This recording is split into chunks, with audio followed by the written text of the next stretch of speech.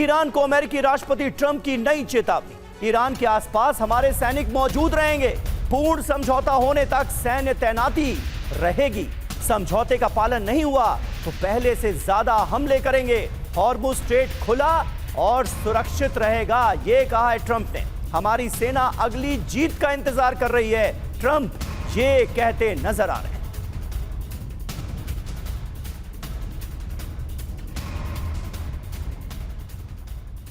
तो देखिए, ईरान को ट्रंप की चेतावनी, और बिल्कुल ये नई चेतावनी है। कल और आज के स्वर में फर्क दिखने लगा है अभी से ही।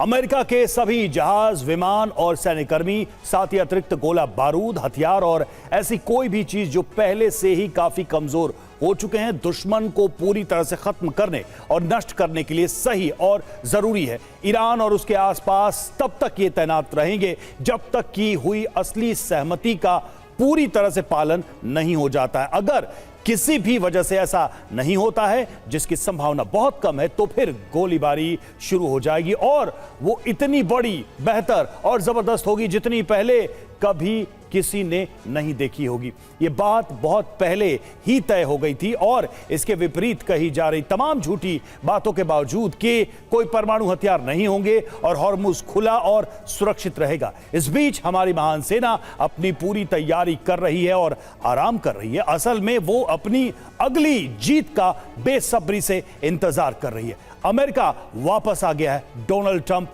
अमेरिका के राष्ट्रपति। तो समीर, एक बात तो साफ है कि भाषा एक एक दिन में ही बदल जाती है ट्रंप की, और एक बार फिर से वही देखने को मिल रहा है। बिल्कुल, और इसका अंजाम क्या होगा ये जानना बहुत महत्वपूर्ण है। सीधे रुख करेंगे तेल अवीव का। मनीष झा हमारे साथ मौजूद है। मनीष, फिर ऐसे में सीज फायर के मायने ही क्या रह गए? क्योंकि इजराइल तो बिल्कुल ये नहीं चाहता था कि ये जंग अभी इस मुहाने पर रोकी जाए, और अभी उसकी तरफ से लेबनान में जिस तरह से भीषण हमलों को अंजाम दिया जा रहा है, क्या ये सीधे सीधे बताने की कोशिश है कि इजराइल जब तक चाहेगा तब तक ये जंग जारी रहेगी? क्योंकि लेबनान में हुए हमलों के बाद अब ईरान भी भड़का हुआ है, हॉर्मुज स्ट्रेट को उसने बंद कर दिया है। तो फिर मायने क्या रह गए सीज फायर के?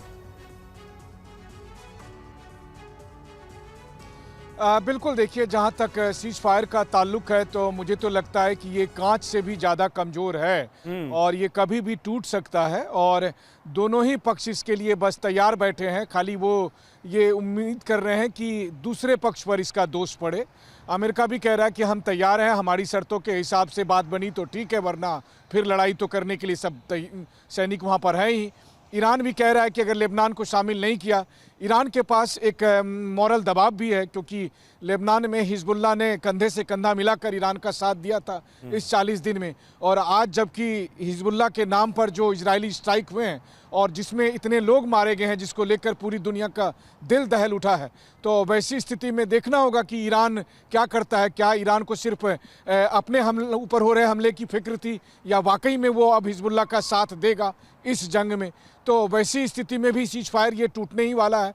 और जो तीसरी सबसे बड़ी बात है कि चूंकि मैं इजराइल में मौजूद हूँ, तो मैं आपको बताऊं कि इजराइल की दलील क्या है। तो पहली बात तो है कि सीज फायर को वो मन से चाह नहीं रहे थे, बेमन से उन्होंने ट्रंप की बात को मान लिया था।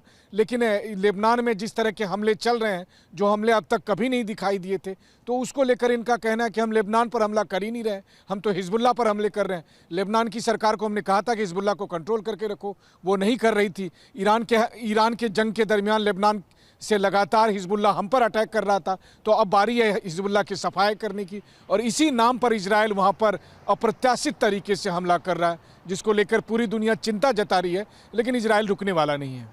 बिल्कुल, और उसके संकेत भी इजराइल ने दे दिए हैं। सिवाय सर, अब सवाल यह है कि इजराइल रुकेगा नहीं, और अमेरिका और ईरान की बातचीत ऐसे कड़े बयानों के बीच होगी जो एक तरीके से टेबल पर बैठने ही वाले हैं। कुछ घंटे का वक्त है, तो कोई रास्ता निकलेगा यहां से, या फिर यह तनाव आगे बढ़ेगा? क्योंकि एक संकेत तो बहुत साफ है जो इजराइल ने दे दिया है कि वो इस लड़ाई को नहीं छोड़ रहा। ठीक है, ईरान से न लड़े, लेकिन प्रॉक्सी से तो वो लड़ेगा, वो लड़ रहा है, और इस बड़े हमले से ये साबित भी हुआ है। और देखो रवि, ये सच्चाई है कि इजराइल और अमेरिका सीज फायर को लेके सेम पेज पे नहीं थे। कहीं इजराइल चाहता था कि ये लड़ाई रुके नहीं, वो चाहता था कि ईरान जितना कमज़ोर किया जा सके किया, अब करना चाहिए, क्योंकि अब ईरान बहुत कमज़ोर हालत में था। मगर अमेरिका सीज फायर चाहता था, और ऐसे में अमेरिका के सीज फायर होने के बाद भी जो इजराइल है वो हिजबुल्लाह, जो कि एक प्रकार से सदर्न लेबनान में है और बहुत सक्रिय हो रखा है, और जो नदन इजराइल पे हमले करता है वो सोचता है कि अभी मेरा फोकस ईरान से हट गया है, अब मुझे हिजबुल्लाह की तरफ पूरा जोर देना चाहिए। और अमेरिका भी और इजराइल दोनों कह रहे हैं कि ये जो सीज फायर हुआ तो लेबनान का जो बात थी उसके अंदर नहीं आई, लेबनान में सीज फायर नहीं है। तो इसका मतलब क्या कर रहा है अभी इजराइल, हिजबुल्लाह की जितने भी ठिकाने हैं, स्पेशली लिटानी नदी पर जितने ब्रिज थे उनको डिस्ट्रॉय करना, बफर जोन 30 किलोमीटर तक बनाना, और जो बैरूट में हमले हो रहे हैं ये सारे के सारे वहां पर हेडक्वार्टर बना रखे थे जो हिजबुल्लाह ने, उन पे हो रहे हैं। अब क्योंकि हिजबुल्लाह जो एक प्रॉक्सी है ईरान की और हिजबुल्लाह ने ईरान का साथ दिया था, तो ईरान चुप तो बैठ नहीं सकता, इसलिए उसने जो उसके लीवरे है वो है स्टेट ऑफ हॉर्मुज, उसने स्टेट ऑफ हॉर्मुज को दोबारा बंद कर दिया और यह भी कहा है कि अगर हिजबुल्लाह के ऊपर हमले बंद नहीं होते तो फिर ये लड़ाई दोबारा स्टार्ट हो सकती है, इसका सीज फायर का कोई मतलब नहीं। तो ये बातचीत जो होनी है जो सैटरडे को इस्लामाबाद में, वो इस चीज़ के ऊपर बातचीत करेंगे, क्योंकि ये भी सच्चाई है ईरान हिजबुल्लाह पे हमले अगर जारी रखे इजराइल तो ईरान कुछ भी कर सकता है। एक तो स्टेट ऑफ हॉर्मुज जैसे उसने ब्लॉक कर दिया जहां 20% ऑयल, हो सकता है ये लड़ाई दोबारा स्टार्ट हो जाए। तो ये कहना बड़ा मुश्किल है कि आगे क्या होगा, मगर ये सच्चाई है कि इजराइल ऐसा लगता नहीं कि वो रुकने वाला है। इजराइल ये सोच रहा है कि अभी हिजबुल्लाह को जितना कमजोर किया जाए, और क्योंकि उसके पास अब फोकस हट गया है ईरान की। बिल्कुल सही बात है। और जिस तरह से, जिस अंदाज में, जिस भयानक तरीके से लेबनान में बमबारी की जा रही है, उससे तो यही लगता है कि सीज फायर के पक्ष में तो बिल्कुल इजराइल है नहीं, और इस पॉज के बाद मुमकिन है दोबारा भीषण जंग की शुरुआत हो जाए।